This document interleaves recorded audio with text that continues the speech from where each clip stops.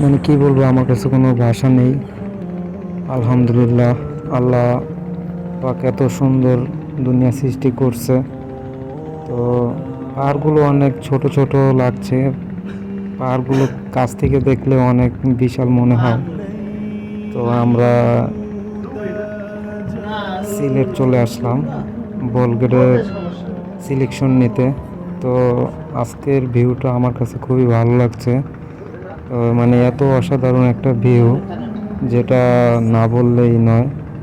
তো এই ভিউটা দেখার জন্য অনেক মানুষ হাজার হাজার টাকা খরচ করে সিলেট যারা আসেন, তারাই একমাত্র বুঝতে পারবেন মানে সিলেট অঞ্চলটা কীরকম আর কতখানি সুন্দর, তারাই বলতে পারবে।